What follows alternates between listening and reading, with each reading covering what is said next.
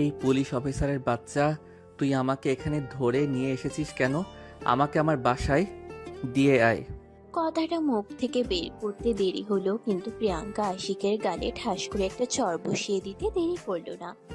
আশিকের গালে ঠাস করে একটা চড় বসিয়ে দিয়েই প্রিয়াঙ্কা আশিককে বলতে লাগলো, ওই হারামজাদা ছোট লোকের বাচ্চা, তুই নিজেকে কি মনে করেছিস এই শহরের খুব কিছু? আমার কাছে তোর দাম একটা পুত্রের সমানও নয়। এদিকে প্রিয়াঙ্কার থাপ্পড়ের গতি এতটাই বেশি ছিল যে আশিক প্রিয়াঙ্কার থেকে ছিটকে ফ্লোরে পড়ে যায়। কোনো রকমে নিজেকে সামলে নিয়ে উঠে দাঁড়ায়, আর তারপরেই প্রিয়াঙ্কার সামনে দাঁড়িয়ে প্রিয়াঙ্কার থুতনিটা ধরে বলতে থাকে, এই অফিসার, তুই জানিস না আমার পরিচয়, তাই আমার সঙ্গে এরকমটা করতে পেরেছিস। আমি তোর সঙ্গে এমন কিছু করব যেটা তুই কল্পনাও করতে পারবি না। শুধু আমাকে এখান থেকে বের হতে দে। ও আচ্ছা, তাই নাকি? তুই আমাকে থ্রেট দিচ্ছিস? অন ডিউটিরত একজন পুলিশ অফিসারকে থ্রেট দিচ্ছিস? তুই জানিস আমি এক মুহূর্তের মধ্যে তোর কি অবস্থা করতে পারি? আমার ব্যাপারে তোর কোনো আইডিয়া নেই।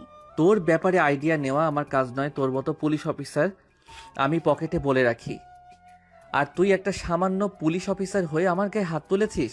তুই খুব বড় ভুল করেছিস, যেটা তুই সময়ের সাথে সাথে বুঝতে পারবি। ও আচ্ছা, তাই বুঝি? ভুল যখন করেছিস তখন ভুলের মাসুল তো দিতেই হবে। তা তোর জন্য কি করতে হবে বল শুনি। তোর কিছুই করতে হবে না, যা করার আমিই করব।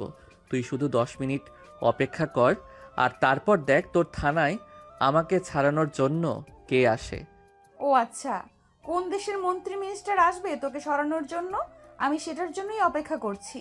তোর কোনো তোর কোন বাবা আসে আমি তার সঙ্গে দেখা করার জন্য অপেক্ষা করছি। এই অফিসার, তোকে আমি এখনো বলছি, তুই কিন্তু খুব খারাপ করছিস। আমাকে এক্ষুনি ছেড়ে দে বলছি। প্রিয়াঙ্কা তখন আশিকের কথার কোনো উত্তর না দিয়ে কনস্টেবলকে ডেকে বলতে লাগলো, কনস্টেবল, ওরে হ্যান্ডক্রাফট পরিয়ে আমার টেবিলে নিয়ে আসুন। এই বলে প্রিয়াঙ্কা সেখান থেকে চলে গেল। আরে ভিউয়ার্স, গল্পের এতদূর পর্যন্ত চলে এসেছে, এখনো পর্যন্ত তো আপনাদের আমাদের গল্পের নায়ক নায়িকার পরিচয়টাই দেওয়া হলো না। তো ভিউয়ার্স, চলুন আপনাদেরকে আমাদের গল্পের নায়ক নায়িকার পরিচয়টা দিয়ে আসি, আর তারপর না হয় সম্পূর্ণ গল্প শুনি। আমাদের গল্পের নায়িকা প্রিয়াঙ্কা একজন পুলিশ অফিসার। সে পড়াশোনা শেষ করে এই বছরই পুলিশের চাকরিতে জয়েন করেছে, পুলিশের অফিসার ইনচার্জ। আর এদিকে আমাদের গল্পের নায়ক আশিক, সে বাবার বকে যাওয়া একমাত্র ছেলে। তার বাবার কোটি কোটি টাকার সম্পদ, যার কোনো হিসাব নেই, কিন্তু একমাত্র ছেলেকে তিনি মানুষ করতে পারেননি। সারাদিন মদের আড্ডা, জোয়ার আড্ডা আর রাস্তাঘাটে সব অপকর্ম করে বেড়ানোর নামই আশিক। এদিকে প্রিয়াঙ্কা এই তো 1 সপ্তাহ হলো নতুন জায়গায় পোস্টিং হয়েছে। ফ্যামিলি ছেড়ে সে একাই আছে। এই শহরে তার জানাশোনা বলতে সেরকম কেউই নেই। প্রিয়াঙ্কার 2 বোন। তার ছোট বোন এই বছর ইন্টার প্রথম বর্ষে পড়াশোনা করছে, আর তার বাবা 2 বছর আগে ব্রেন স্ট্রোক করে মারা গেছে। এখন বর্তমানে প্রিয়াঙ্কাই হলো তার ফ্যামিলির গার্ডিয়ান, কারণ তার আম্মু তারপরও মারা যাওয়ার পর থেকে ভীষণভাবে অসুস্থ হয়ে পড়েন। তিনি এখন শয্যাশায়ী। তো ভিউয়ার্স, অনেক কিছু তো বললাম, এবার চলেন মূল গল্পে ফিরে আসি, আর বাকি কথা না হয় গল্পের মধ্যেই জেনে নেবেন। এদিকে প্রিয়াঙ্কা আশিককে নিজের কেবিনে নিয়ে আসতে বলে কেবিনে চলে আসে, আর তখনই সে অন্য একজন কনস্টেবলকে তার জন্য 1 কাপ গরম কফি বানিয়ে নিয়ে আসতে বলে। কফি নিয়ে আসার পর প্রিয়াঙ্কা কফি খেতে থাকে, আর এদিকে আশিককে তার সামনে একটা চেয়ারে বসিয়ে রাখা হয়েছে। আশিকের চোখ দিয়ে যেন আগুনের গোলা ঠিকরে পড়ছে। প্রিয়াঙ্কা আশিকের দিকে তাকিয়ে বলছে, জানি না তোরে কেমন বাবা মায় জন্ম দিছে। চেহারা দেখে তো মনে হয় ভালোই বড়লোক বাবার সন্তান, কিন্তু তোর আচার ব্যবহার আর ক্যারেক্টার এমন কেন? ওই মেয়ে, তোরে আমার ব্যাপারে এত এত ইন্টারেস্ট কেন? আমি কি তোর জামাই লাগি নাকি তুই আমাকে বিয়ে করবি? ওই হারামজাদা, তোর কোনো যোগ্যতা আছে আমাকে বিয়ে করার?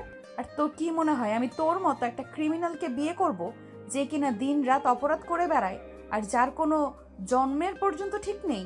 তখনই আশিক চিৎকার দিয়ে বলতে থাকে, দেখ মাইয়া, তোরে এতক্ষণ ধরে সহ্য করতেছি আমি, কিন্তু আর সহ্য করব না। তুই আমার জন্ম নিয়ে কথা বলবি না। তুই জানিস না আমার বাবার পরিচয়।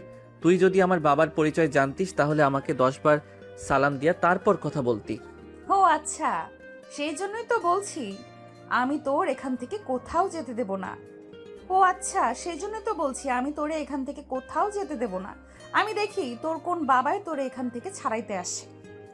এখন মুখটা বন্ধ কইরা এখানে বইসা থাক। তা না হলে তোর মুখে আমি ট্যাপ লাগাই দিব। এই বলে প্রিয়াঙ্কা নিজের কাজ করতে থাকে। আর কিছুক্ষণের মধ্যেই কনস্টেবল এসে প্রিয়াঙ্কাকে খবর দেয়। ম্যাডাম, রায়হান চৌধুরী এসেছেন, আপনার সঙ্গে দেখা করতে চান। ওকে আমার কেবিনে পাঠিয়ে দিন। এবার সেই বুঝতে পারবি আমি কোন ধানের চাল।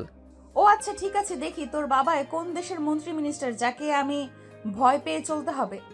আমি তোর বাবার সম্মুখীন হওয়ার জন্য প্রস্তুত, শুধু আসতে দে আমার সামনে।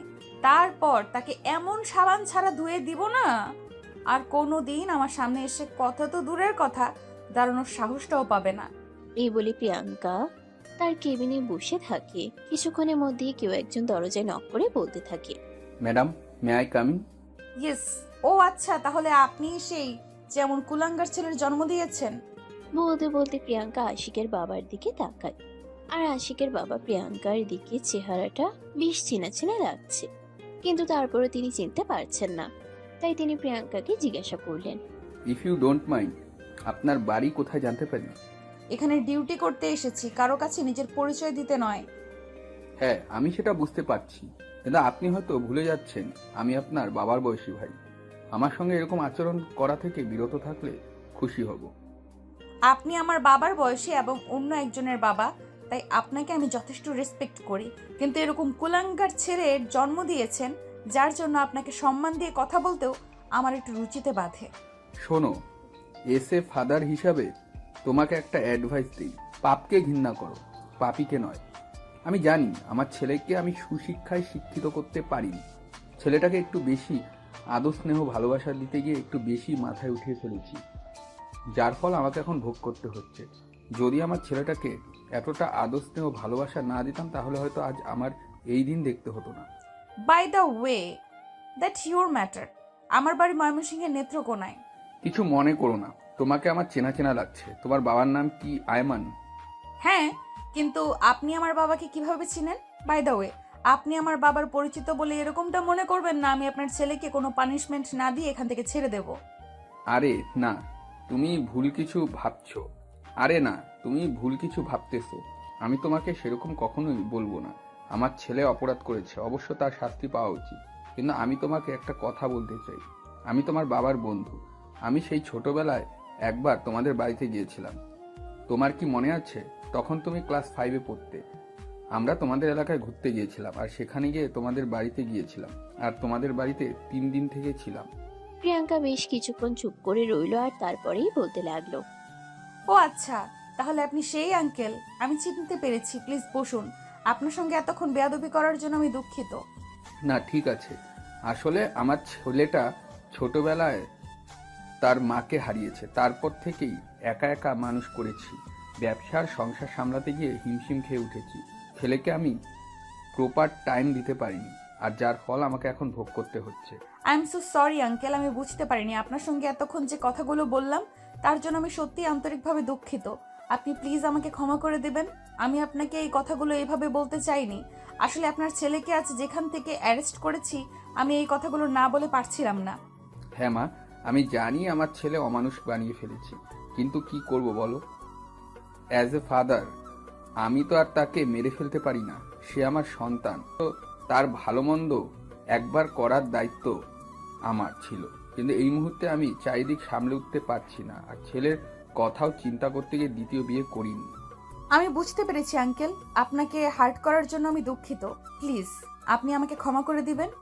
এদিকে আশিক এতক্ষণ ধরে সবকিছুই চুপচাপ শুনছে। তখনই আশিকের বাবা আশিককে বলতে লাগলো, বাবা, তুই কি আর কোনোদিনও মানুষ হবি না? তোর জন্য আমি আর কত করব। আমি এইসব আর কিছু সহ্য করতে পারছি না। ব্যবসা ফেলে রেখে তোর পিছনে আমাকে ছুটে চলতে হয়। তুই তো এখন বড় হয়েছিস, এবার অন্তত নিজের ভালোটা নিজে বুঝতে শেখ। বাবা, আমি সেরকম কোনো কিছুই করিনি। তুমি এই মেয়ের কাছে কেন নত হয়ে কথা বলছো? ওর কত বড় সাহস তুমি জানো? ও আমার গায়ে হাত তুলেছে। আমি আর শেষ না দেখে ছাড়বো না। সে অন্যায় কিছু করেনি, সে অন্যায় কিছু করিনি। তুমি যেটা করেছো তার প্রাপ্য ফল তোমাকে দিয়েছি। তুমি যেটা যোগ্য সেটাই তুমি পেয়েছো। এখন ওকে দোষ দিয়ে তো কোনো লাভ নেই। বাবা, তুমি এই অফিসারের সামনে আমাকে অপমান করছো, এটা কিন্তু একদম ঠিক করছো না। তুমি জানো ও আমার গায়ে হাত তুলেছে, আর তারপরেও তুমি ওকে সাপোর্ট করে কথা বলছো। তুমি চুপ করো। তুমি যে কর্মকাণ্ডগুলো করে বেড়াও, তারপরেও তো মানুষ সামনে কথা বলতে তারপরেও তো মানুষের সামনে কথা বলতে আমার লজ্জা করে। আর সেখানে তুমি কিনা বলছো আমি কেন তার সঙ্গে নত হয়ে কথা বলছি। ওর শরীরে তো এখনো মানুষের রক্ত আছে, বিদায় তোমার সঙ্গে এখনো খারাপ কিছু করেনি।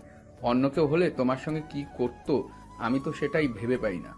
ঠিক আছে আঙ্কেল, আপনি ওকে নিয়ে যান, আর একটু দেখে শুনে রাখবেন। আজও যা করেছে এটা যদি নেক্সট টাইম আবারও করে, তাহলে কিন্তু আমি আর ছেড়ে দেব না। আজ শুধু আপনি আমার বাবার সেই বন্ধু যার জন্য আপনার ছেলেকে আমি ছেড়ে দিচ্ছি, কিন্তু এটাকে যদি আপনার ছেলে দুর্বলতা মনে করে তাহলে কিন্তু তার কপালে খারাপ কিছু হয়ে যাবে, তখন কিন্তু আর আমার কিছুই করার থাকবে না। আচ্ছা ঠিক আছে মা, আমি চেষ্টা করব, কিন্তু কতটুকু পারবো সেটা বলতে পারছি না। বাই দা ওয়ে, তোমার বাবার ফোন নাম্বারটা দেওয়া যাবে আমাকে? আসলে তোমার বাবার ফোন নাম্বারটা আমার কাছে ছিল, কিন্তু ফোনটা চুরি হয়ে গেছে। নতুন ফোন নেওয়ার পর অনেক চেষ্টা করেছি তোমার বাবার সঙ্গে যোগাযোগ করার, কিন্তু আর পারিনি। ও আচ্ছা ঠিক আছে, 01739। ধন্যবাদ তোমাকে, আমি তাহলে আসি। এই কথা বলে আশিকের বাবা আশিককে নিয়ে থানা থেকে বের হয়ে যায়। আর এদিকে থানা থেকে বের হওয়ার পরে আশিক তার বাবাকে বলতে থাকে, বাবা, তুমি এই মেয়েটার সামনে কেন নষ্ট হয়ে কথা বললে? তুমি জানো এই মেয়েটা আমার সঙ্গে কতটা খারাপ আচরণ করেছে? এই দেখো আমার গালে 5 আঙ্গুলের ছাপ বসিয়ে দিয়েছে। প্লিজ আশিক, অনেক হয়েছে, তুমি এখন বড় হয়েছো, বোঝার চেষ্টা করো। আমাকে আর কত পরেশানি দিবা? আমি এসব কিছু আর নিতে পারছি না। তোমার তো এখন বয়স হয়েছে, ব্যবসা সামলাতে পারতে। তোমাকে সামলানো আমার জন্য দায়ী হয়ে গেছে। প্লিজ তুমি বোঝার চেষ্টা করো, এসব কিছু থেকে নিজেকে ফিরিয়ে নিয়ে আসো আর ভালো হয়ে যাও বলছি। বাবা প্লিজ, এসব ফালতু মাখা বন্ধ করো। টাকা পয়সা অর্থ সম্পদ তোমার তো অনেক আছে। আমিও যদি টাকা পয়সার পিছনে ছুটি তাহলে কি চলবে বলো? এখন তো নিজের লাইফটাকে এনজয় করার সময়, আর আমি সেটাই করছি। তাহলে তুমি কেন এটাকে মেনে নিতে পারছো না? দেখো, তুমি তোমার লাইফটাকে এনজয় করো, সে ব্যাপারে আমার কোনো দ্বিমত নেই। তুমি তোমার মতন থাকো, কিন্তু তুমি যেগুলো করছো এগুলো একদম ঠিক নয়। তুমি মদ জুয়া রাজনীতি নিয়ে মেতে থাকো, এগুলো একদম ভালো লাগে না। তুমি রাস্তার মেয়েদেরকে উত্তপ্ত করো, এগুলো একদমই ঠিক না। তাই বাবা হিসেবে তোমাকে বলছি, তুমি প্লিজ এগুলো থেকে বেরিয়ে আসো, এটা তোমার জন্যই ভালো হবে। এই বলে আশিককে নিয়ে গাড়িতে উঠে বসলেন। আর তারপরেই ড্রাইভার গাড়ি স্টার্ট করার কিছুক্ষণের মধ্যেই বাড়িতে এসে পৌঁছালো। আশিক বাড়িতে এসে মোবাইলটা অন করার পরই তার এক বন্ধু তাকে ফোন করে। কি রে, কি ব্যাপার দোস্ত? তোকে নাকি পুলিশ ধরে নিয়ে গেছে শুনলাম। হ্যাঁ, ধরে নিয়ে গেছিল, কিন্তু আটকে রাখতে পারিনি। আমি চলে এসেছি। দোস্ত, রাতে আমার বাসায় চলে আয়, রাতে বাসায় পার্টি দেব। দোস্ত, সেদিন রাতে তো তোর বাবা অনেক বকাবকি করছিল, কিন্তু আজ যদি আবার তোদের বাড়িতে আসি তাহলে যদি তোর বাবা আবার বকাবকি করে? আরে বেটা, কিছু হবে না, তুই চলে আয় তো। এত কিছু তোকে চিন্তা করতে হবে না, আমি সব সামলে নিব। এই বলে আশিক ফোন কেটে দিল আর রুমে এসে বিছানায় শুয়ে দিল একটা লম্বা ঘুম। বিকেল 5টার মতো বাজে। আশিকের বাবা আশিকের রুমে আসে, দেখে নাক ডেকে ঘুমোচ্ছে। এখনো গায়ে সেই সকালের জামা কাপড়গুলোই রয়ে গেছে, একটু গোসল পর্যন্ত করেনি। তাই আশিকের বাবা তাকে ঘুম থেকে ডেকে তুলল আর ফ্রেশ হয়ে আসতে বলল। বেশ কিছুক্ষণ পর আশিক ফ্রেশ হয়ে আসলে আশিকের বাবা নিজেই তাকে খাবার খেতে দেয়। আর তারপর তার পাশে বসে তার মাথায় হাত রেখে বলতে থাকে, দেখ বাবা, তোর মা আমাদের ছেড়ে চলে গেছে, অনেক বছর হয়ে গেছে। তারপর তোর ভাইয়ের কথা চিন্তা করে আমি আমার জীবনের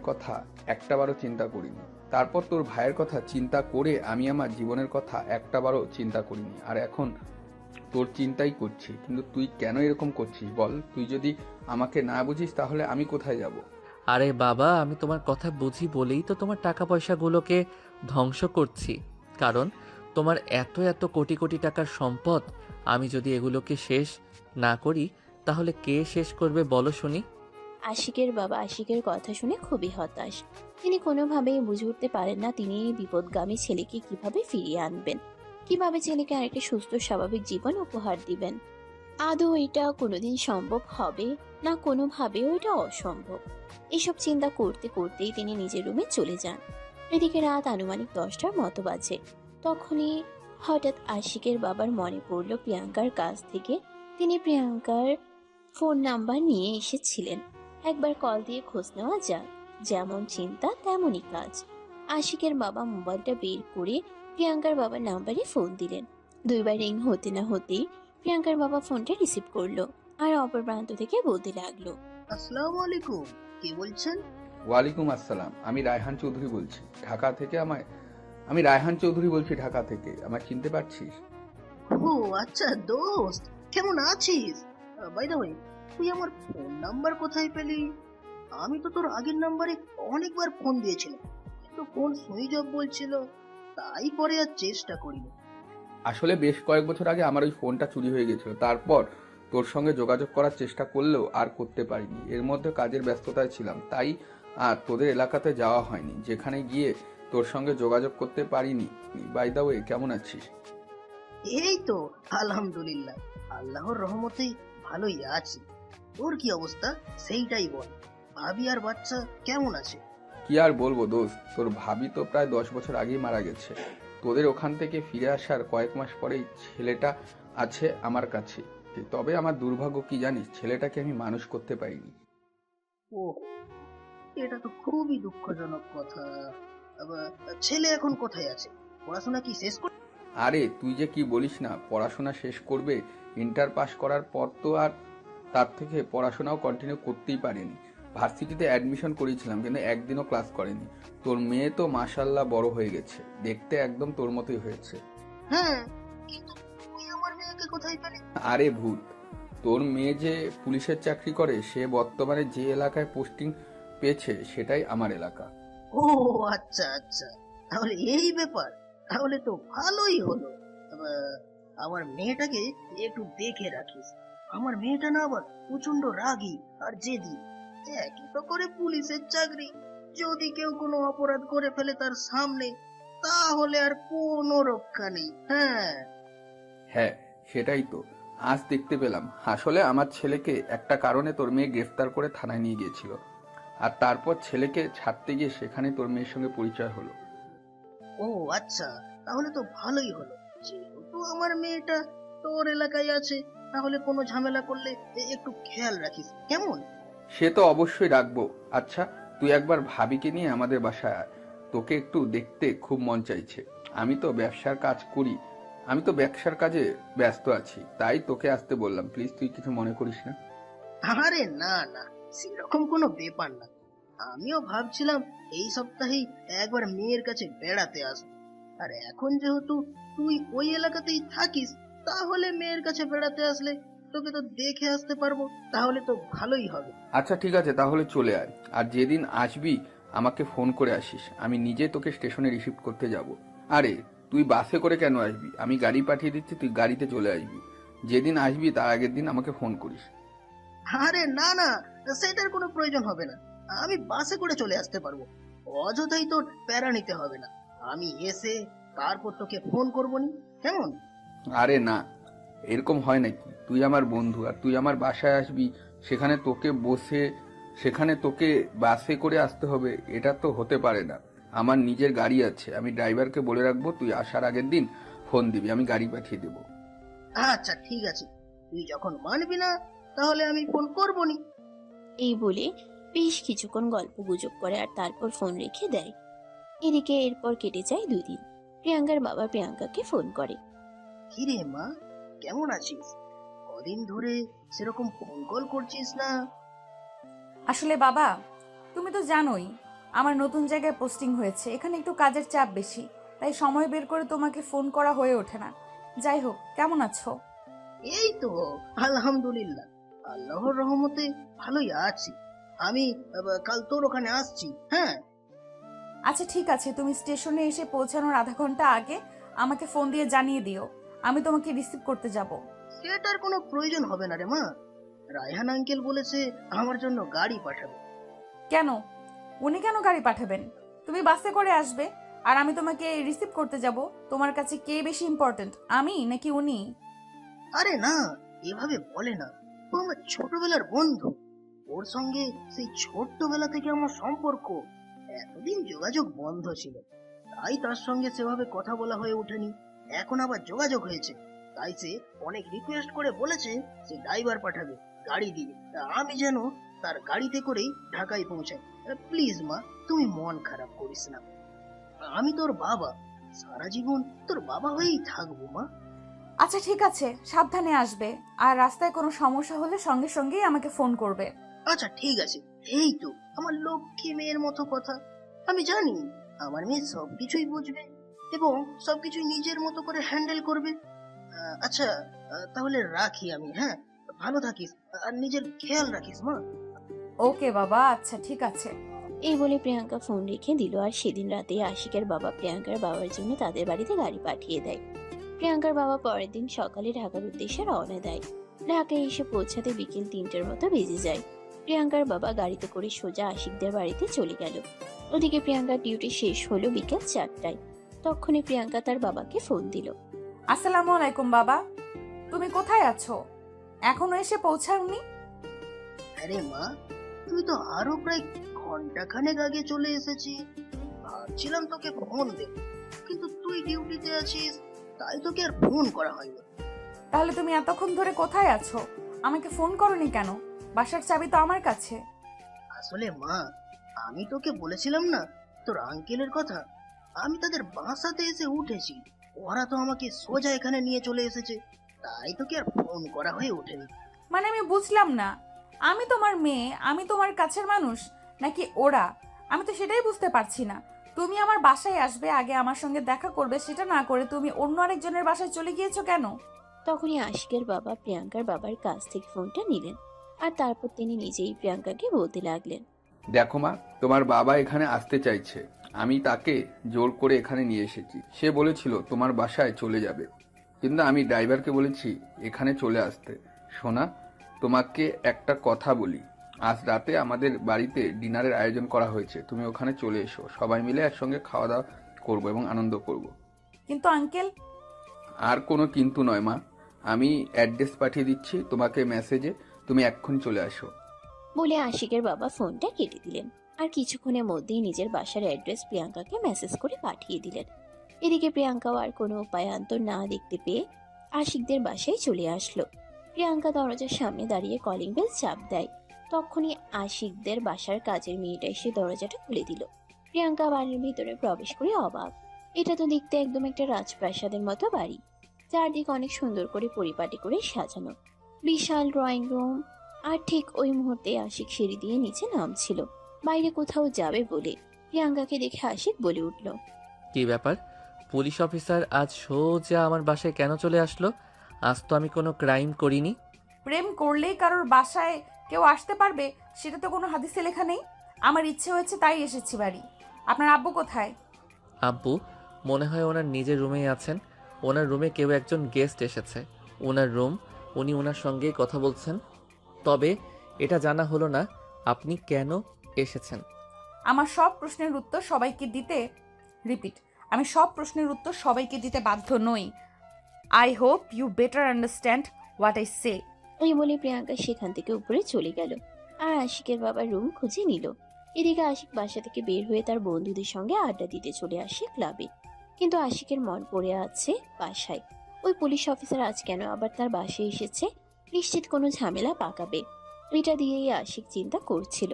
তখনই তার বন্ধু তাকে বলতে লাগলো। কি ব্যাপার দোস্ত, কি হয়েছে? তোকে এমন চিন্তিত দেখাচ্ছে কেন? তুই কি কোনো বিষয় নিয়ে চিন্তায় আছিস? বল। আরে না দোস্ত, সেরকম কোনো ব্যাপার নয়, তবে ব্যাপারটা একটু চিন্তারও। তুই তো জানিস আমাদের থানায় নতুন একজন অফিসার এসেছে, মেয়ে। সেদিন যে আমাকে অ্যারেস্ট করে নিয়ে গিয়েছিল থানায়। ও হ্যাঁ, মনে পড়েছে, কিন্তু এখন কি হয়েছে সেটা বল। ওই মেয়েটা আজ আবার আমাদের বাড়িতে এসেছে বাবার সঙ্গে দেখা করতে। কি যেন এসেছে, আমি সেটাই বুঝতে পারছি না। কাম অন দোস্ত, এতে চিন্তা করার কিছু নেই। যা ইচ্ছা তাই হয়ে যাক না কেন, তোর এত চিন্তা করার কি আছে? ওই মেয়ে যদি তোকে অ্যারেস্ট করে আবারও থানায় নিয়ে যায়, তখন তো আবার তোর বাবাই তোকে ছাড়িয়ে নিয়ে আসবে। তাহলে এত চিন্তা করছিস কেন বল শুনি। ব্যাপারটা সেরকম নয়। বাসায় ঢোকার পরেই আমার সঙ্গে তার দেখা হয়েছিল। আমি তাকে জিজ্ঞাসা করেছিলাম, কিন্তু সে আমার কথার কোনো উত্তর দেয়নি। তাই একটু বেশি টেনশন হচ্ছে। আরে ভাই, এসব বালে চিন্তা বাদ দে তো, যা হয় হবে, এত চিন্তা করার কিছু নেই। দোস্ত চল, এখন আমরা এখান থেকে বের হয়ে যাই। আমাদের ক্লাবের পাশেই যে আরেকটা নাইট ক্লাব আছে না, ওখানে আজ রাতে ডিস্কো পার্টি হবে। নতুন নতুন কিছু ডান্সার এসেছে, ওখানে ওদের সঙ্গে মজা করবো রাতে। ওকে ঠিক আছে, চল তাহলে সেখানেই যাই। আমার সব চিন্তা করতে একদমই ভালো লাগছে না। নিজেকে একটু রিফ্রেশমেন্ট উপহার দিতে চাই। এই বলে আশিক তার বন্ধু সেখান থেকে চলে গেল। ক্লাবে বেশ কিছুক্ষণ সময় কাটানো ইতিমধ্যে ক্লাবের পার্টি শুরু হয়ে গেছে। আশিক আর তার বন্ধুরা ইচ্ছামতো ড্রিঙ্কস করছে, কিন্তু আশিকের মাথা থেকে ওই চিন্তাটা কোনোভাবেই যাচ্ছে না প্রিয়াঙ্কা কেন তাদের বাড়িতে এসেছে। তাই সে তার বন্ধুদের কোনো কিছু না বলে নাইট ক্লাব থেকে বের হয়ে সোজা বাসায় চলে আসলো। কিন্তু সে এতটাই বেশি ড্রিঙ্ক করে ফেলেছিল যে একদম তাল মাতাল অবস্থা। ড্রাইভার তাকে কোনো রকমে বাসা পর্যন্ত নিয়ে আসে। প্রিয়াঙ্কার বাবা আর আশিকের বাবা তিনজনের ড্রয়িং রুমে বসে গল্প করছিল। রাত তখন 12টা। তখনই হঠাৎ করে কলিং বেলের আওয়াজ শুনে আশিকের বাবা উঠে যেতে চাইছিল সেখান থেকে, কারণ তিনি জানেন এই মুহূর্তে তার ছেলে ছাড়া অন্য কেউ আসতে পারে না। আর ঠিক তখনই প্রিয়াঙ্কাকে থামিয়ে দিয়ে বলল, আরে আঙ্কেল, আপনি কোথায় যাচ্ছেন? আপনাকে কোথাও যেতে হবে না, আমি যাচ্ছি। আমি দেখছি কে এসেছে, আপনারা দুজন গল্প করুন।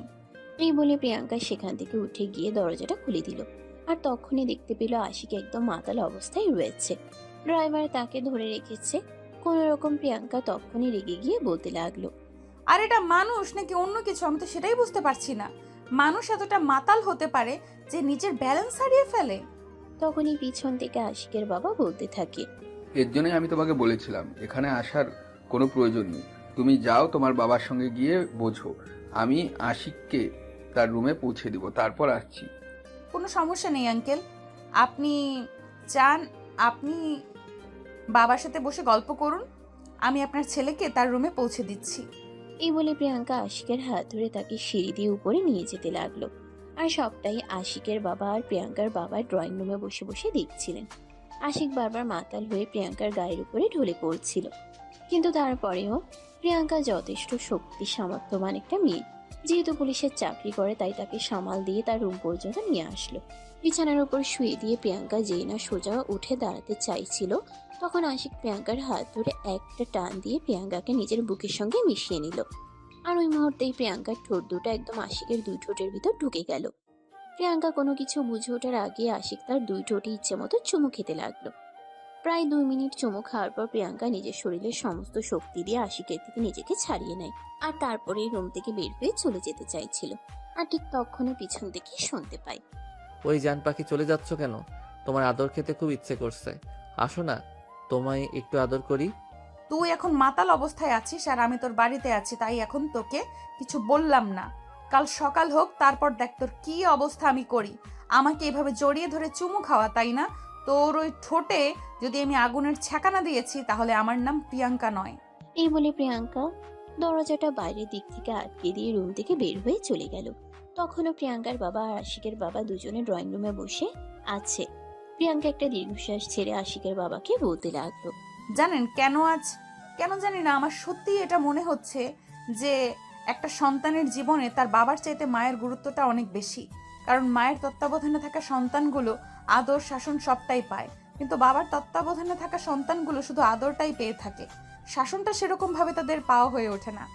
আমি জানি না তুমি এই কথাগুলো কেন বলছো, কিন্তু আমি কি করব বলো শুনি? আমার কি বা করার আছে? তো ব্লাড ক্যান্সারের তোমার আন্টি মারা যাওয়ায় অনেক চেষ্টা করেছিলাম তাকে বাঁচিয়ে রাখার জন্য, কিন্তু শেষমেশ সেটা আর সম্ভব হয়ে ওঠেনি। তারপর থেকে সংসার, ব্যবসা আর সন্তান তিনটাকে এক হাতে সামলে দিয়েছি। সৎ মা ঘুরে আসলে আমার ছেলেকে অবহেলা অনাদরে বড় হতে হবে, তাই চিন্তা করে দ্বিতীয় বিয়েও করিনি। আমি জানি আঙ্কেল, আমি সবটাই বুঝতে পেরেছি। তবে আপনাকে শুধু আমার একটা কথাই বলার, আল্লাহ আমাদের জন্য যেটা লিখে রেখেছেন সেটাই হবে, আজ না হোক কাল। আল্লাহ সিদ্ধান্ত মেনে নেওয়া ছাড়া আমাদের আর কিছুই করার নেই। এই বলে প্রিয়াঙ্কা সেখান থেকে উঠে চলে গেল। আর এদিকে প্রিয়াঙ্কার বাবা আর আশিকের বাবা তখনও সেখানে বসে বসে গল্প করছে। কথার ছলে হঠাৎই প্রিয়াঙ্কার বাবা আশিকের বাবাকে বলে ওঠে, দোস্ত, তুই আবার আমার কথায় কিছু মনে করিস দোস্ত, তুই আবার আমার কথায় কিছু মনে করিস না। তোকে একটা কথা বলিস, শোন। প্রত্যেকটা ছেলের নষ্ট হওয়ার পিছনে যেমন কোনো নারীর অবদান থাকে, তেমনি ওই ছেলে খারাপ পথ থেকে বেরিয়ে আসার জন্যও কিন্তু একজন নারী প্রয়োজন, বুঝলি? হ্যাঁ, আমি জানি। আর তুই কেন এই কথাটাই বলছিস আমি সেটাও জানি, কিন্তু কি করব আমি বল? আমার ছেলের মতো নষ্ট একটা ছেলের কাছে কোনো বাবা চাইবে তার মেয়েকে বিয়ে দিতে, তার মেয়ের জীবনটা নষ্ট করতে? এটা ঠিক আছে, তারপরও আমি বলবো একজন বাবা হিসেবে তুই চেষ্টা তো করে দেখতে পারিস, তাই না? দোস্ত, তুই বলছিস বলে বলছি না, আমি এই জন্যই তোকে খবর দিয়ে এখানে ডেকে পাঠিয়েছি। তোর মেয়েকে আমার মাশাল্লাহ বেশ পছন্দ হয়েছে আমার ছেলের জীবনসঙ্গী হিসেবে। যদি তোর কাছে তোর মেয়েটাকে চাই দিবি? কথাটা শুনে মুহূর্তের মধ্যে স্তব্ধ হয়ে যান প্রিয়াঙ্কার বাবা। তিনি ভাবতেও পারেননি আশিকের বাবা তার বন্ধু হয়ে তার কাছে এমন কিছু আবদার করে বসবে। প্রিয়াঙ্কা এই যুগের পড়াশোনা জানা শিক্ষিত একটা মেয়ে, সে এরকম একটা ক্রিমিনালকে বিয়ে করবে এটা তো জাস্ট ভাবাও যায় না, যার চরিত্রে কোনো ঠিক নেই, রাত বিরাতে নেশা করে বাড়ি ফিরে আসে। মদ জুয়ার আড্ডা রাস্তা না, মেয়েদের উত্তপ্ত করা যা নেশা, তাকে কোনোদিন প্রিয়াঙ্কা নিজের স্বামী হিসেবে মেনে নিবে এটা তো তিনি কল্পনাও করতে পারেন না। তাই গাথাটা ঘুরিয়ে দেওয়ার জন্য তিনি বলতে থাকেন, আরে দোস্ত, হাউ ইজ দিস পসিবল? তুই হয়তো ভুলে গেছিস তোর ছেলের চাইতে আমার মেয়ে বয়সে বড়, প্রায় 2 বছরে। না, আমি ভুলে যাইনি, এটা আমার খুব ভালোই মনে আছে। আর আমি খুব ভালোই জানি, দেখ, বয়স একটা সংখ্যা মাত্র। মূল কথা হলো ভালোবাসা। তোর মেয়েকে দেখে আমার মনে হয়েছে তোর মেয়ে আমার ছেলেটাকে ভালো পথে ফিরিয়ে আনতে পারবে, তাই তোকে এই কথা বলা। দেখলে না, একটু আগে যখন আশিকি বাড়িতে ফিরে আসলো, আমি আশিককে তার রুমে পৌঁছে দিতে চাইলেও তোর মেয়ে নিজ দায়িত্বে তাকে রুমে পৌঁছে দিল। প্রিয়াঙ্কার বাবা তখনও কিছুক্ষণ চুপ করে থাকেন, আর তারপর আবারও তিনি বলতে থাকেন, হ্যাঁ, আমি সেটা দেখতে পেয়েছি, কিন্তু আমার মনে হয় তার মনে এইটা নয় যে আমার মেয়ে তোর ছেলেকে বিয়ে করতে রাজি বা তাকে বিয়ে করতে চায়। সে একজন পুলিশ অফিসার এবং আমার মেয়ে, সে নিজের দায়িত্ব নিজে জানে, যে বড়দের সম্মান করতে জানে।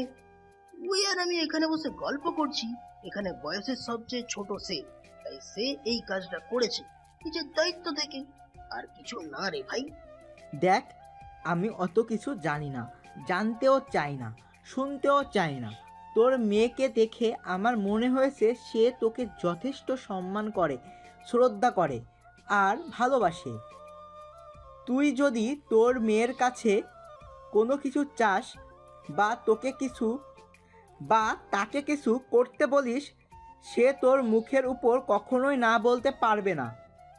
হ্যাঁ, সেটা তো অবশ্যই, কারণ আমি আমার মেয়েকে সুশিক্ষা দিয়ে বড় করার চেষ্টা করেছি এবং আমার মনে হয় আমি আমার মেয়েকে সেটা দিতে পেরেছি। তখনই আশিকের বাবা প্রিয়াঙ্কার বাবাকে বলতে থাকেন, হ্যাঁ, আমি সেই জন্যই বলছি, প্লিজ দোস্ত, আমি তোর বন্ধু হয়ে তোকে অনুরোধ করে বলছি, তুই তোর মেয়ের সঙ্গে এ ব্যাপারে একবার কথা বল। আমি আশা করি তোর মেয়ে কখনোই না বলবে না। প্লিজ, তুই একবার কথা তো বলে দেখ। আচ্ছা ঠিক আছে, আমি কথা বলবো, কিন্তু আমার মেয়ে যদি রাজি না হয় তাহলে কিন্তু তুই আমাকে কোনো দোষ দিতে পারবি না, এটা আমি আগেই বলে রাখলাম। হ্যাঁ। আশিকের বাবাও তখন প্রিয়াঙ্কার বাবার কথায় রাজি হয়ে গেল, আর তারপরেও দুজন আরো বেশ কিছুক্ষণ গল্পগুজব করে রাত 1টার দিকে নিজেদের রুমে গিয়ে ঘুমিয়ে পড়ল। সকালবেলা ঘুম থেকে উঠেই প্রিয়াঙ্কা ফ্রেশ হয়ে রেডি হয়ে ডিউটিতে চলে গেল, আর তারপরেই তার বাবাকে ফোন করে বলল আর তার বাসায় চলে যাওয়ার জন্য।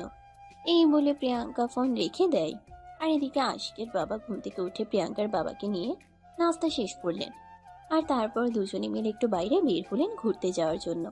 আজ আশিকের বাবা অফিসে যায়নি, বন্ধু এসেছে বন্ধুকে সময় দিবেন বলে। সারাদিন দুজনে মিলে ঘোরাঘুরি করলো, আর বিকেল বেলা যখন বাসায় ফেরার সময় হলো তখনই প্রিয়াঙ্কার বাবা আশিকের বাবাকে বলে প্রিয়াঙ্কার বাসায় যাওয়ার জন্য। এটা শুনে আশিকের বাবার মন খারাপ হয়ে গেল। তিনি প্রিয়াঙ্কার বাবাকে বলতে লাগলেন, আরে দোষ, এই তো কালকে তুই ঢাকায় এলি, একটা রাত আমার বাসায় থাকলে আর 2-3 দিন থাক না, তারপর না হয় মেয়ের বাসায় যাবি। আরে না দোস্ত, এরকমটা বললে হবে না। আমার মেয়ে প্রচন্ড পরিমাণ রেগে যাবে, আর আমার মেয়ে যদি একবার রেগে যায় না, তাহলে তাকে সামলানোটা একদম দায়ী হয়ে যাবে। তাই প্লিজ তুই আমাকে আর আটকাস না। আজ মেয়ের বাসায় চলে যাই, তারপর না হয় ওই 2-3 দিন পর আবারও তোর বাসায় আসা যাবে। হ্যাঁ, আবারও আসা যাবে।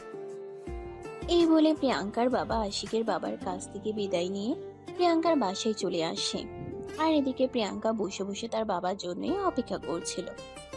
অফিস থেকে আজ 2টা-2:30টার দিকে চলে এসেছে। তারপর বাসায় এসে আজ তার বাবার পছন্দের মতো অনেক খাবার রান্না করেছে। রাতের বেলা বাবা মেয়ে একসঙ্গে খাবার টেবিলে বসেছে, খাবার খাওয়া শুরু করেছে। তখনই হঠাৎ করে প্রিয়াঙ্কার বাবা প্রিয়াঙ্কাকে বলতে লাগলো, মা, তোকে একটা কথা বলতে চাই। হ্যাঁ বলো, কি বলবে?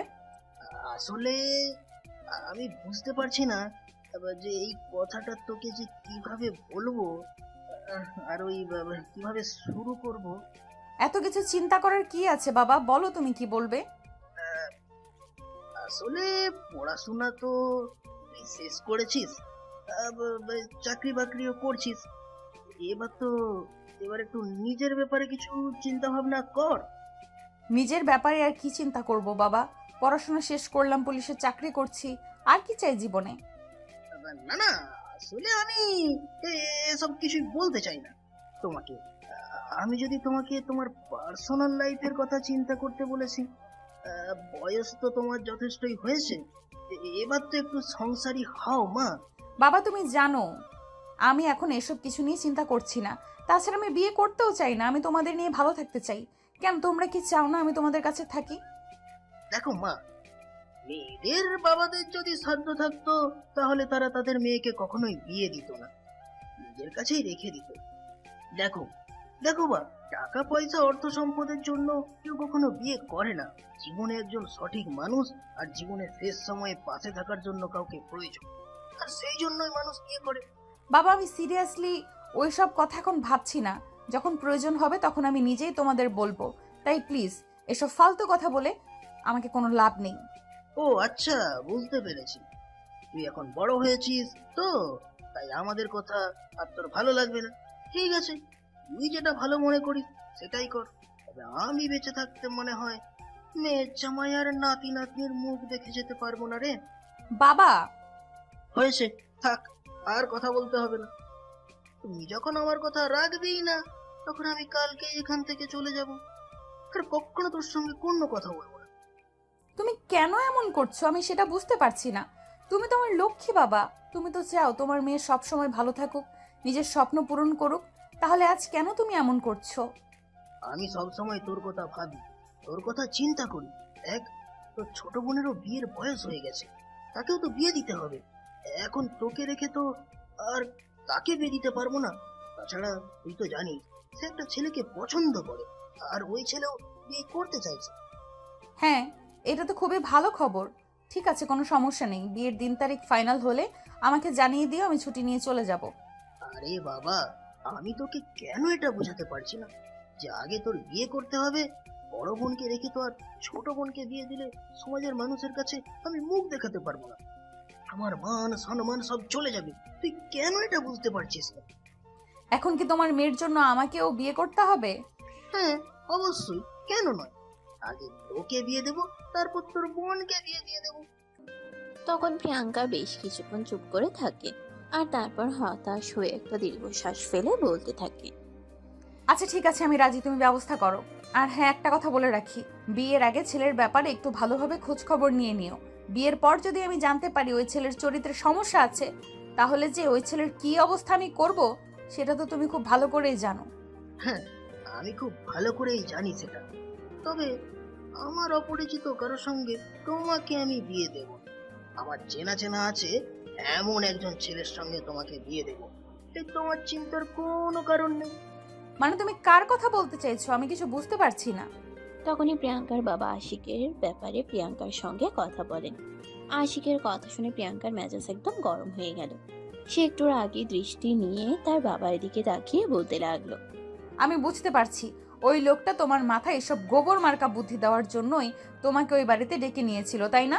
তুমি ভাবলে কি করে ওর মতো একটা ক্রিমিনালকে আমি বিয়ে করব? তখনই প্রিয়াঙ্কার বাবা প্রিয়াঙ্কাকে রিকোয়েস্ট করতে থাকেন, আর এটা বলতে থাকেন তার বন্ধুকে তিনি কথা দিয়েছেন প্রিয়াঙ্কাকে তার ছেলের সঙ্গে বিয়ে দেবেন। এখন যদি তিনি নিজের কথা রাখতে না পারেন তাহলে বন্ধুর সামনে তাকে ছোট হতে হবে। এই বলে তিনি অসহায় দৃষ্টিতে মেয়ের দিকে তাকিয়ে থাকেন। বেশ কিছুক্ষণ চুপ করে থাকার পর প্রিয়াঙ্কা বলে, বাবা, তুমি একটা রিক্সাওয়ালার সঙ্গে আমার বিয়ে ঠিক করতে, তাও আমি মুখ বুজে তাকে মেনে নিতাম, কিন্তু এই ছেলেটাকে আমি কিভাবে মেনে নিব তুমি সেটাই বলো। যার কোনো কিছু ঠিক নেই, তুমি বলো আমি কিভাবে তার সঙ্গে সংসার করব?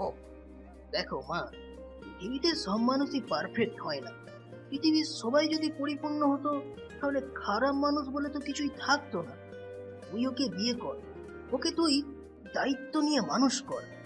দেখ মা, আশিক ছেলেটা ছোটবেলায় তার মাকে হারিয়েছে। বাবার ভালোবাসাও সেভাবে তার পাওয়া হয়ে ওঠে, কারণ তার বাবা একা মানুষ, সবকিছু একা হাতে সামলিয়েছেন। তাই আমি জানি এবং মানি, একটা ছেলে মানুষের জীবনে যদি ভালোবাসার ছোঁয়া আসে তাহলে সে নিজেকে পরিবর্তন করে নিতে বাধ্য হয়। আচ্ছা ঠিক আছে, তুমি যখন এত করে বলছো, তাই আমি শুধু তোমার কথা রক্ষা করার জন্য ছেলেটাকে বিয়ে করতে রাজি। তবে আমার 1 বছর চেষ্টা করব, তারপর যদি না পারি তাহলে আমি নিজেই ডিভোর্স দিয়ে চলে আসব। তখন কিন্তু তুমি আমাকে কোনোভাবেই ওই ছেলের সঙ্গে থাকার জন্য রিকোয়েস্ট করতে পারবে না। আচ্ছা ঠিক আছে, আমি তো শর্তে রাজি। এই বলে প্রিয়াঙ্কার বাবা খাওয়া দাওয়া শেষ করে ঘুমিয়ে পড়েন। আর পরের দিন সকালেই আশিকের বাবা ফোন দিয়ে এই খবরটা জানান আর আশিকের সঙ্গে কথা বলতে বলেন। তাই তো সেদিন সকালবেলা নাস্তার টেবিলে আশিকের বাবা আশিককে প্রিয়াঙ্কার ব্যাপারে বলেন। প্রিয়াঙ্কার কথা শুনেই তো তার চক্ষু চড়ক গাছ। সে তার বাবাকে বলতে লাগলো, আরে বাবা, তোমার কি মাথা খারাপ হয়ে গেছে নাকি? তুই জানো তুমি কি বলছো? এই মেয়েকে আমি বিয়ে করব? আজ তো একটা ডাইনি রাক্ষসী শাকচুনি মার্কা মেয়ে। হ্যাঁ, তোমার ওকেই বিয়ে করতে হবে, আর এটা আমার আদেশ। যদি তুমি ওকে বিয়ে করতে রাজি না হও তাহলে আমি তোমার সমস্ত হাত খরচ বন্ধ করে দিব, তোমার সমস্ত কার্ড ব্লক করে দিব। তুমি আমার কাছ থেকে আর 1 টাকা করিও পাবে না। আরে বাবা, এসব তুমি কি বলছো? তোমার কি সত্যি মাথা খারাপ হয়ে গেছে নাকি? এই মেয়েটা আমার সঙ্গে সংসার করবে বলে তোমার মনে হয়? কেন করবে না? অবশ্যই করবে। এখানে না করার কি কারণ আছে? আমি তো সেটাই বুঝতে পারছি না। কারণ আমি ওই মেয়েটাকে একদিন থ্রেট নিয়েছিলাম যে আমি ওকে দেখে নেব, ওর এমন করুণ পরিণতি করব যে নিজের দিকে নিজেই ফিরে তাকাতে ভয় পাবে। আর এখন যদি আমি এই মেয়েটাকে বিয়ে করি তাহলে আমার জীবনটাকে একদম ঝালাপালা করে দেবে। এটা তুমি কেন বুঝতে পারছো না? দেখ, যে মেয়েরা অনেক বেশি রাগী হয় সে মেয়েরা মন খুলে কাউকে খুব বেশি ভালোবাসতে পারে। তুই অপরাধ করেছিস তাই তোকে শাস্তি দিয়েছে, ব্যাস। শাস্তি দেওয়ার কথা বলেছে, কিন্তু তার মানে এই নয় যে মেয়েটা পাথর। তার মনেও কিন্তু ভালোবাসা আছে, কিন্তু সেটা লুকায়িত। তুই মেয়েটার সঙ্গে একটু মেলামেশা কর, দেখবি মেয়েটা মন থেকে সত্যি অনেক ভালো। আর তুই নিজেকে একটু পরিবর্তন করার চেষ্টা কর। তুই তো জানিস তোর নিজের সম্পর্কে। তোর কি মনে হয় কোনো সাধারণ মেয়ে তোকে বিয়ে করতে চাইবে? কে আমাকে বিয়ে করতে চাইবে, কে আমাকে বিয়ে করতে চাইবে না, আমি সেই সব কিছু নিয়ে যে চিন্তাও করি না, এটা তো তুমি জানো। তাই প্লিজ আমাকে সব প্যারা দিও না। আমি আমার মতো একটু স্বাধীনভাবে বেঁচে থাকতে চাই। ঠিক আছে, তাহলে তুই তোর মতো স্বাধীনভাবে বেঁচে থাক, আমি তোকে কিছু বলবো না। তবে তুই আমার থেকে 1 টাকাও পাবি না, এটাই কিন্তু আমার শেষ কথা। এই বলে আশিকের বাবা ডাইনিং টেবিল থেকে উঠে চলে যেতে চাইছিল। আর ঠিক তখনই আশিক পিছন থেকে তার বাবাকে বলতে লাগলো, আচ্ছা ঠিক আছে, আমি রাজি। আশিকের বাবা তখন বলেন, আলহামদুলিল্লাহ। এই বলে তিনি সেদিনই প্রিয়াঙ্কার বাবার সঙ্গে কথা বলেন এবং আশিক প্রিয়াঙ্কার বিয়ের ডেট ফাইনালের সিদ্ধান্তে পৌঁছান। ওদিকে প্রিয়াঙ্কা ছিল ফ্যামিলির বড় মেয়ে, তার ছোট একটা বোন আছে, তাই এভাবে তারা শহরে হুট করে বিয়ের কাজ সেরে নিতে পারে না। তাই প্রিয়াঙ্কার বাবা আশিকের বাবাকে বলেন, দেখ, প্রিয়াঙ্কা আমার বড় মেয়ে। আমাদের বাড়িতে অনেক আত্মীয় স্বজন আছে। আমার মা বাবাও বেঁচে আছে। আমি তো তাদেরকে ফেলে রেখে এখানে একা একা মেয়ের বিয়ে দিতে পারি না। তাই তোদেরকে একটু কষ্ট করে আমাদের গ্রামের বাড়িতে যেতে হবে, আর প্রিয়াঙ্কার বিয়ের অনুষ্ঠান সেখানেই হবে। সেখান থেকেই তোর পুত্রবধূকে তুই নিয়ে আসতে পারবি। এই কথা শুনে আশিকের বাবা প্রিয়াঙ্কার বাবাকে বলেন, আচ্ছা ঠিক আছে, কোনো সমস্যা নেই, আমি তার প্রস্তাবে রাজি আছি। তাছাড়া গ্রামে বিয়ের অনুষ্ঠানে আমার খুব ভালো লাগে। আমার কোনো সমস্যা নেই গ্রামে গিয়ে আমার পুত্রবধূকে আমার বাড়িতে নিয়ে আসতে। তারপরেই প্রিয়াঙ্কা ছুটি নিয়ে গ্রামের বাড়িতে চলে গেল। আর 3 দিনের মধ্যেই তাদের বিয়ের সমস্ত আনুষ্ঠানিকতা শেষ করে প্রিয়াঙ্কাকে বউ সাজিয়ে নিজের গাড়িতে নিয়ে আসা আশিক। এদিকে আশিকদের বাড়ি শহরে। তো আশিক শহরে পরিবেশের বড় হয়েছে, তাই গ্রামের পরিবেশে বিয়ের অনুষ্ঠান তার সেরকম একটা ভালো লাগেনি।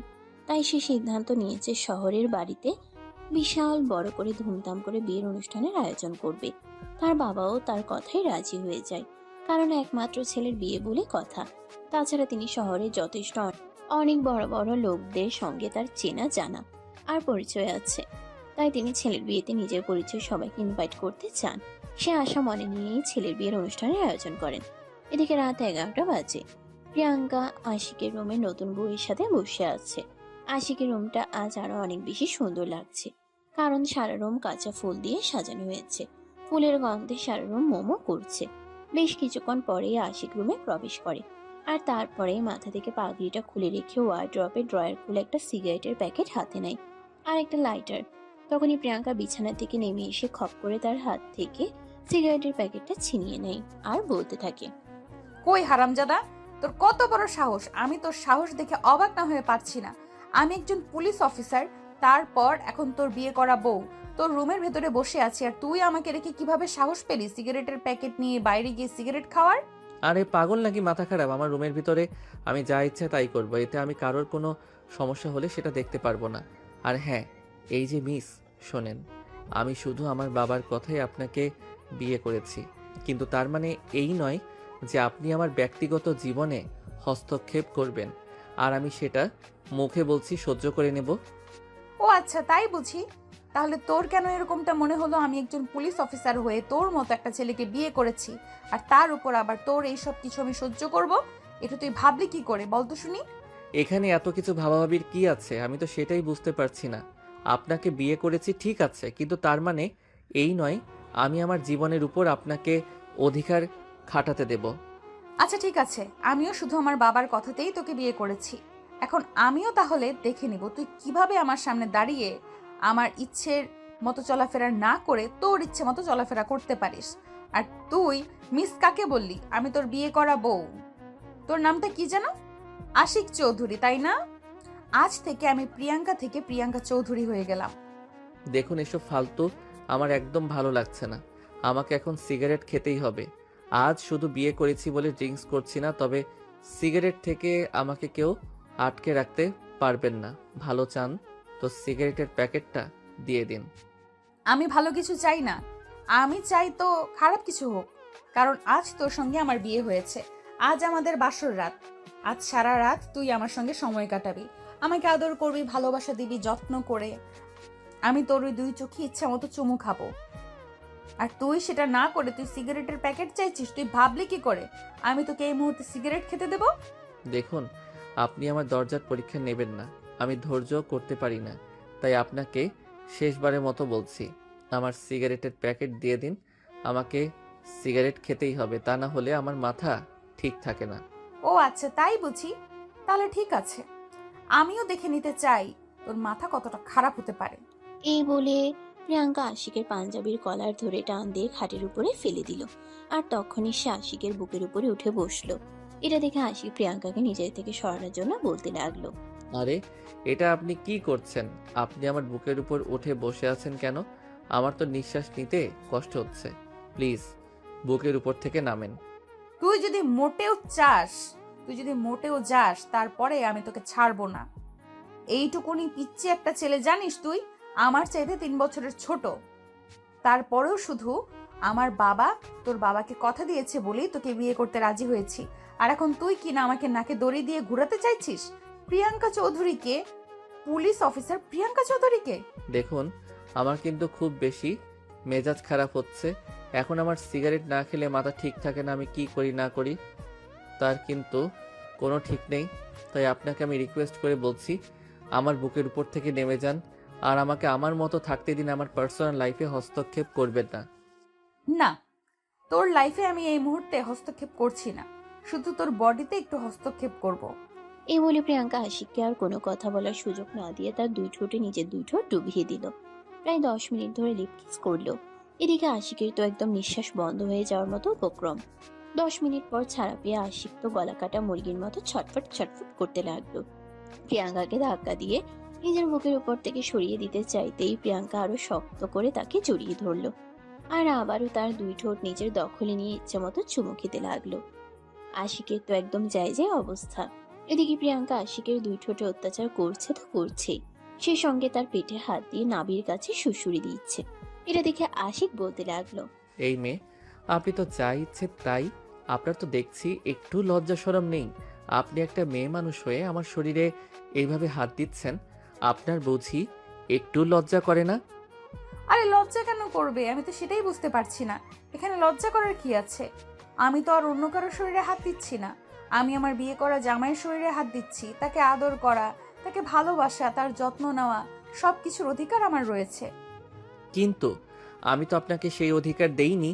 ওই হারামজাদা, তুই আমার জামাই লাগোস, তোর কাছ থেকে কেন আমার অধিকার চেয়ে নিতে হবে?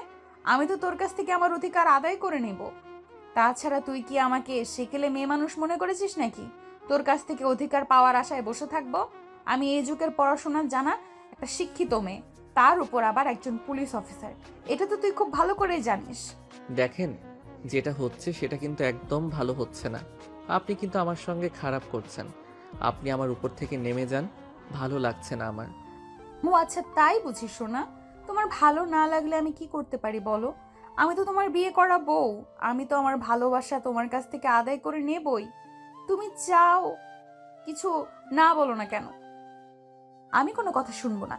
এই বলে প্রিয়াঙ্কা আশিকের সারা শরীরে ভালোবাসার স্পর্শ দিতে থাকে আর উন্মাদের মতো চুমু খেতে থাকে। প্রিয়াঙ্কার স্পর্শ পেয়ে আশিক আর নিজেকে ঠিক রাখতে পারছিল না, কারণ সে একজন পুরুষ মানুষ। এমনিতেই মেয়েদের প্রতি তার একটু অন্যরকম আকর্ষণ কাজ করে, তার উপর আবার আজ একটা মেয়ে নিজে থেকেই তার সঙ্গে এইসব কিছু করছে, তাহলে সে আর নিজেকে কিভাবে ধরে রাখবে? অবশেষে বাধ্য হয়ে সেও প্রিয়াঙ্কার সঙ্গে রেসপন্স করতে লাগলো আর এভাবেই চলতে লাগলো বেশ কিছুক্ষণ সময়। আশিককেও প্রিয়াঙ্কার সঙ্গে রেসপন্স করতে দেখে প্রিয়াঙ্কার গতি যেন আরো বেড়ে গেল আর সে আরো গভীর ভাবে আশিককে ভালোবাসা দিতে শুরু করলো। আর এইভাবেই দুজন ভালোবাসার মহাসমুদ্রে হারিয়ে গেল। সারা রাত ধরে চললো তাদের এই ভালোবাসার আদান প্রদান পর্ব। আশিক বারবার প্রিয়াঙ্কাকে নিজের কাছ থেকে সরিয়ে দিতে চাইলেও প্রিয়াঙ্কা জোর করেই তার উপর নিজের অধিকার খাটাতে লাগলো। একদম ভোর 4টার দিকে আশিক প্রিয়াঙ্কাকে নিজে থেকে ছাড়াতে সক্ষম হয় আর এদিকে প্রিয়াঙ্কা তখনই আশিককে বলতে থাকে, আরে ওই বিছানায় এভাবে নেতিয়ে শুয়ে পড়েছিস কেন? যা ফ্রেশ হয়ে আয়, তারপর আমার সঙ্গে মর্নিং ওয়াক করার জন্য বের হবি। আরে পাগল পাইছে নাকি? আমি কখনো এত সকালে ঘুম থেকে উঠি না। আর এখন কি না আমি তোমার মর্নিং ওয়াক করার জন্য? দেখ, কবে কি করেছিস না করেছিস সে ব্যাপারে আমি কোনো কিছুই জানতে চাই না, আর কোনো কিছু জানার কোনো আগ্রহ আমার নেই। তবে এখন থেকে যতদিন আমি এই বাড়িতে থাকছি ততদিন পর্যন্ত তোকে আমার মতো করেই চলতে হবে। ঠিক যেইভাবে আমি চালাবো ঠিক সেইভাবেই। এখানে আমি তোর কোনো কথাই শুনবো না, আর তোর কোনো কথা শোনার ইচ্ছে আগ্রহ কোনোটাই আমার নেই। তাই যেটা বলছি চুপচাপ সেটা মেনে নিয়ে তাড়াতাড়ি করে ফ্রেশ হয়ে আয়। এই বলে প্রিয়াঙ্কা বিছানা থেকে নেমে গিয়ে ওয়াশরুমে ঢুকে যায় আর তারপর ফ্রেশ হয়ে এসে দেখে আশিক তখনও বিছানায় শুয়ে আছে, এমনকি ঘুমের রাজত্ব করতে চলে গেছে। এটা দেখে প্রিয়াঙ্কা প্রচন্ড পরিমাণে রেগে যায় আর তখনই ড্রেসিং টেবিলের উপরে থাকা পানির গ্লাসের পুরো গ্লাস পানি আশিকের মুখের উপরে ঢেলে দেয়। এটা দেখে আশিক ছটফট করে বিছানা থেকে উঠে বসে আর প্রিয়াঙ্কাকে বলতে থাকে, এটা কি হলো? আপনি আমার মুখের উপর এভাবে পানি ছড়ে মারলেন কেন? আমি বললাম না আমি এত সকালে কখনোই ঘুম থেকে উঠি না। আমিও তো তোকে বলে দিয়েছি আমি কারোর কথায় চলি না, আমার যখন যেটা ভালো মনে হয় তখন সেটাই করি। আর তোকে তো আমি কখন বলে গেছি বিছানা থেকে উঠে ফ্রেশ হয়ে আসার জন্য, আমার সঙ্গে মর্নিং ওয়াক করতে যাবি, কিন্তু তুই আমার কথাই শুনছিস না কেন? বললাম তো আপনি আমার পার্সোনাল লাইফে হস্তক্ষেপ করবেন না, এটা আমার একদম পছন্দ নয়। তোকেও আমার কোনো কালে পছন্দ ছিল না, কিন্তু তারপরও বাধ্য হয়ে তোকে বিয়েটা করেছি। তো এমন কিছু করবি না যাতে আমি আরো হার্ড হওয়ার জন্য বাধ্য হয়ে যাই। এই বলে আশিক বিছানা থেকে উঠতে না চাইলেও প্রিয়াঙ্কা তাকে টেনে হিঁচড়ে বিছানা থেকে নামালো আর তারপর ওয়াশরুমে ঢুকিয়ে দিল। ইচ্ছে না থাকা সত্ত্বেও এই সকালবেলা আশিক ফ্রেশ হয়ে আসতে বাধ্য হলো। তারপরেই প্রিয়াঙ্কা তাকে নিয়ে বাসা থেকে বের হয়ে গেল। প্রায় 2 ঘন্টা ধরে দুজন হাঁটাহাঁটি করছে, দৌড়াচ্ছে। আশিক এইসব কিছু আর সহ্য করতে পারছে না। তার যেন একদম কান্না পেয়ে যাওয়ার মতো অবস্থা হয়ে আছে। প্রিয়াঙ্কাকে বলতে লাগলো, প্লিজ এগুলো একবার বন্ধ করুন, আমি আর পারছি না, আমার খুব ক্লান্ত লাগছে, আমি বাসায় যেতে চাই। আরো 20 মিনিট। আমি প্রতিদিন 2.5 ঘন্টা ব্যায়াম করি আর তারপরে অন্যান্য কাজ করি, তাই এখন থেকে তোমাকেও আমার সঙ্গে প্রতিদিন 2.5 ঘন্টা করে ব্যায়াম করতে হবে। আমি মাপ চাই, আমাকে দিয়ে এসব কিছু হবে না। প্লিজ আপনি আমাকে এভাবে আর অত্যাচার করবেন না। আমি বাসায় যেতে চাই, আমার খুব টায়ার্ড লাগছে, আর পারছি না আমি। 25 মিনিট। আরে কি শুরু করেছেন আপনি? 30 মিনিট। এখন পুরো 30 মিনিট আমার সঙ্গে থাকতে হবে। আমি তো বললাম বেশি কথা বলা আমি একদম পছন্দ করি না, কিন্তু তারপরেও কেন বারবার আমার মুখের উপর এত কথা বলস? এখন যদি আবার কথা বলস তাহলে আরো 5 মিনিট অ্যাড হবে। প্রিয়াঙ্কার এই কথা শুনে আশিকের মুখ একদম বাংলার পাঁচের মতো হয়ে গেল। চেহারাটা জাস্ট দেখার মতো ছিল। আশিক আর কোনো কথা বলল না, কারণ সে খুব ভালোভাবেই বুঝতে পারলো এখানে কথা বলা মোটেও নিরাপদ নয়। এখানে কথা বললেই বিপদে পড়তে হবে, তাই সবচাইতে ভালো হয় মুখ বন্ধ রাখা। তাই আশিক মুখ বন্ধ রেখে প্রিয়াঙ্কার সঙ্গে আবারও ব্যায়ামে যোগ দিল। এভাবেই প্রায় সকাল 8টার মতো বেজে গেল। আর তারপরে প্রিয়াঙ্কা আর আশিক দুজনে বাসায় ফিরে আসলো। আশিক বাসায় এসে সোজা বেডরুমে চলে গেল আর বিছানায় শুয়ে লম্বা একটা ঘুম দিল। এদিকে প্রিয়াঙ্কা বাসায় আসা মাত্রই কিচেনে ঢুকে গেল নিজের হাতে সবার জন্য নাস্তা বানানোর জন্য। যদিও বাসায় কাজের মেয়ে প্রতিদিন সবার জন্য নাস্তা বানায়, কিন্তু প্রিয়াঙ্কা কাজের মেয়েকে কাল রাতেই সবকিছু বলে রেখেছিল। এখন থেকে বাসার সব কাজ সে নিজের হাতেই সামলাবে। তাই সকালবেলা কাজের মেয়ে সবকিছু শুধু গুছিয়ে রেখেছিল, আর কোনো রান্না বান্না করেনি। প্রিয়াঙ্কা বাসায় আসার পর প্রিয়াঙ্কা নিজের হাতে সবার জন্য নাস্তা বানায় আর তারপরেই সবাইকে ঘুম থেকে ডেকে তুলে। এদিকে প্রিয়াঙ্কার শ্বশুর মশাই তো প্রথম দিন শ্বশুর বাড়িতে এসে প্রিয়াঙ্কা সবার জন্য নিজের হাতে নাস্তা বানিয়েছে। এটা দেখে একদমই অবাক হয়ে প্রিয়াঙ্কাকে বলতে থাকেন, আরে বৌমা, তুমি কেন সকালবেলা ঘুম থেকে উঠে সবার জন্য নাস্তা বানাতে গেলে?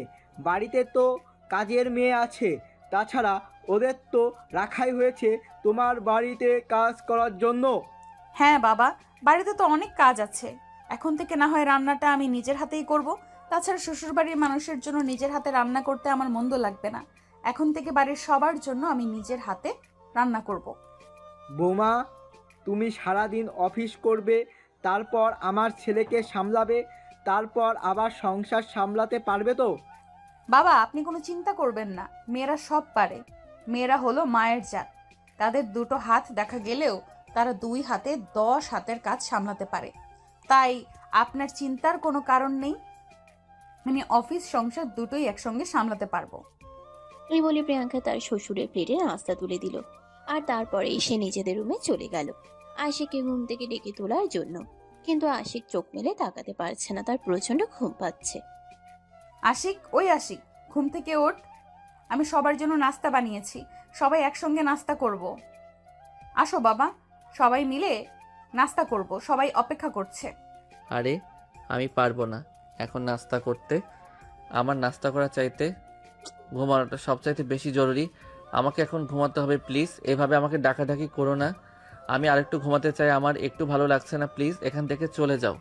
দেখো, একদম আমার মেজাজ খারাপ করবেন। আমি সকালবেলা না ঘুমিয়ে এত কষ্ট করে সবার জন্য নাস্তা বানিয়েছি, আর এখন তুমি কি না বলছো তুমি এখন নাস্তা খেতে পারবে না?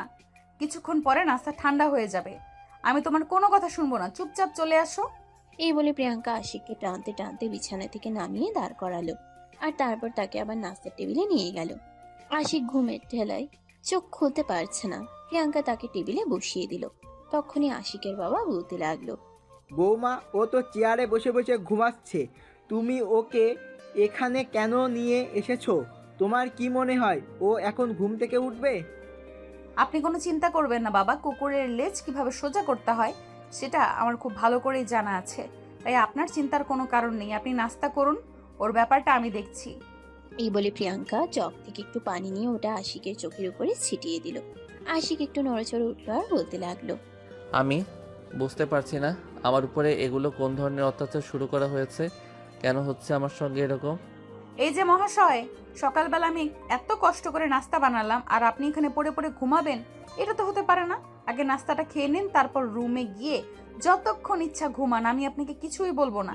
কিন্তু আমি আমার পরিশ্রমের ফসল বৃথা যেতে দেব না। এই বলে আশিকের দিকে তার প্লেট বাড়িয়ে দিল। আশিকও তখন বাধ্য হয়ে ঘুম ঘুম চোখ নিয়ে নাস্তা খেতে লাগলো। নাস্তা শেষ হলে আশিক আবার গিয়ে রুমে শুয়ে ঘুমিয়ে পড়ল। আর এদিকে সেদিন ছিল তাদের বৌভাতের অনুষ্ঠান। আপনাদেরকে তো আগেই বলা হয়েছে, আশিকের বাবা নিজের একমাত্র ছেলের বিয়ে বলে কথা। মহা ধুমধামের সঙ্গে তিনি এই অনুষ্ঠান করতে চান। কিছুক্ষণের মধ্যেই পার্লার থেকে মেয়েরা চলে আসে প্রিয়াঙ্কাকে সাজানোর জন্য। যদিও প্রিয়াঙ্কা এত ভারী ভারী সাজ গহনা মেকআপ পছন্দ করে না, কিন্তু তারপরেও বিয়ে বলে কথা, আজ তো একটু সাজতেই হবে। এদিকে কিছুক্ষণের মধ্যেই তার শ্বশুর মশাই তার রুমে এসে একটা গিফটের প্যাকেট প্রিয়াঙ্কার দিকে বাড়িয়ে দিয়ে বলতে থাকে, বৌমা, এটা স্পেশালি তোমার জন্য আমি লন্ডন থেকে আনছি। গতকাল পৌঁছাতে দেরি হয়ে গিয়েছিল, তাই তোমাকে দেওয়া হয়নি। একটু আগে পার্সেলটা হাতে পেলাম, খুলে দেখো, আশা করি তোমার ভালো লাগবে। এই কথা শুনে প্রিয়াঙ্কা তার শ্বশুর মশাইয়ের হাত থেকে গিফটের প্যাকেটটা নিল। আর গিফটের প্যাকেট খুলে তো একদম অবাক, এটা তো কোটি টাকার ডায়মন্ড নেকলেস। প্রিয়াঙ্কা অবাক হয়ে তার শ্বশুরের দিকে তাকিয়ে আছে। তখনই তার শ্বশুর তাকে বলতে লাগলো, অবাক হওয়ার কিছু নেই বৌমা, তুমি আমার একমাত্র পুত্রবধূ, আর আমি আমার পুত্রবধূর জন্য এইটুকু তো করতেই পারি। তোমার শাশুড়ি মা বেঁচে নেই, যদি তিনি থাকতেন তাহলে হয়তো তোমাকে তার পছন্দ মতো শাড়ি গয়না দিয়ে সাজিয়ে আনতো। আমি শ্বশুর হিসেবে এইটুকু দায়িত্ব তো নিজের ঘাড়ে তুলে নিতেই পারি। বলো, গহনাটা কি তোমার পছন্দ হয়েছে? পছন্দ হয়েছে মানে? আমার অনেক পছন্দ হয়েছে বাবা। আপনার রুচি আছে বলতে হয়। হ্যাঁ, সেটা তো অবশ্যই, সেই জন্যই তো তোমাকে আমি আমার পুত্রবধূ হিসেবে পেয়েছি। তা না হলে কি আর তোমার মতো একটা সুন্দরী মেয়েকে নিজের পুত্রবধূ বানাতে পারতাম? কথাটা শুনে প্রিয়াঙ্কা একটু লজ্জা পায় আর মুচকি হাসি দিয়ে নিজের মাথাটা নিচু করে নেয়। প্রিয়াঙ্কার মাথায় হাত রেখে আশিকের বাবা তখন বলতে থাকেন, লজ্জা পাওয়ার কিছুই নেই বৌমা, আমি তোমার আরেকটা বাবা বলতে পারো। তাছাড়া আমার সহায় সম্পত্তি যা কিছু রয়েছে সব কিছু তো তোমাদের দুজনেরই। আর সবচেয়ে বড় কথা, আমি আমার জীবনের সবচাইতে মূল্যবান সম্পদটাকে তোমার হাতে তুলে দিয়েছি। তোমার কাছে আমার একটাই চাওয়া, তুমি আমার সেই মূল্যবান সম্পদটাকে দেখে রেখো। প্রিয়াঙ্কা তখন তার শ্বশুর মশাইয়ের হাত দুটো ধরে বলতে থাকে, আপনি কোনো চিন্তা করবেন না বাবা। আমি যখন কোনো একটা দায়িত্ব নেই তখন সেটা যত্ন সহকারেই পালন করি। আর আমি তো আপনার ছেলেকে বিয়ে করেছি, তার বিবাহিত স্ত্রী, তাকে সঠিক পথে ফিরিয়ে নিয়ে আসা আমার দায়িত্ব এবং কর্তব্য। আপনি শুধু আমার জন্য দোয়া করবেন, দেখবেন ইনশাল্লাহ আমি সবকিছু জয় করতে পারবো। তোমার জন্য আমার দেওয়া সব সময় থাকবে, তোমার জন্য আমার দোয়া সব সময় থাকবে। আমি চাই তোমরা দুজন সব সময় খুব ভালো থেকো। রুম থেকে বের হয়ে চলে গেলেন। আর এদিকে প্রিয়াঙ্কাদের বাড়ির মেহমানরাও চলে এসেছে। কিছুক্ষণের মধ্যেই বৌভাতের অনুষ্ঠান শুরু হয়ে গেল। সবাই একসঙ্গে অনেক আনন্দ উল্লাস করলো, সময় কাটালো।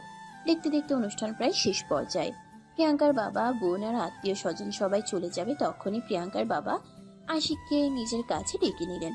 আর তারপরে প্রিয়াঙ্কা আর আশিকের হাত দুটো একত্র করে বলতে লাগলেন, দেখো, তোমাদের কাছে আমাদের আর কিছুই চাওয়ার নেই, শুধু এইটুকু কথা বলি, আমাদের বন্ধুত্বের মর্যাদাটা রেখো, যেন এমন না হয় তোমাদের জন্য আমাদের বন্ধুত্বের সম্পর্ক নষ্ট হয়। এটা মনে রেখো প্লিজ। এই বলে প্রিয়াঙ্কাকে আশিকের হাতে তুলে দিয়ে প্রিয়াঙ্কার পরিবারের সবাই সেখান থেকে চলে গেল। আর এদিকে তখন থেকে প্রিয়াঙ্কার ভীষণ মন খারাপ। রাত 11টা বাজে। প্রিয়াঙ্কা মন খারাপ করে বিছানার উপর বসে আছে। আশিকের রুমে এসে দেখে প্রিয়াঙ্কা কান্না করছে। দরজাটা বন্ধ করে প্রিয়াঙ্কার পাশে এসে বসে আর তারপরেই প্রিয়াঙ্কাকে বলতে থাকে, কি আবার কি হয়েছে? আমার লক্ষ্মী বউটা কান্না করছে কেন? বাড়ির সবার জন্য খুব মন খারাপ করছে। সবাই আমাকে রেখে চলে গেল, এক দুইজন তো থেকে যেতে পারতো। মন খারাপ করে না, আমরা তো কিছুদিন পর তাদের এখানে আবার ঘুরতে যাব, তাহলে মন খারাপ করার কি আছে? কিন্তু তারপরও মেয়ে মানুষের জীবনের নতুন অধ্যায়ের সূচনা হলে পরিবারের মানুষজনদের পাশে থাকাটা খুব জরুরি। আমি তো আছি তোমার পাশে, চিন্তা করো না, সব ঠিক হয়ে যাবে। আর তুমি খুব ভালো থাকবে, শুধু আমার উপর ভরসা রেখো। আমি তো তোমার বাবাকে কথা দিয়েছি তোমাকে ভালোবেসে ভালো রাখবো। আমি আমার কথা রক্ষা করতে যা করতে হয় তাই করব। ও আচ্ছা, তাই বুঝি। তুমি কবে থেকে এতটা দায়িত্ববান হয়ে গেলে?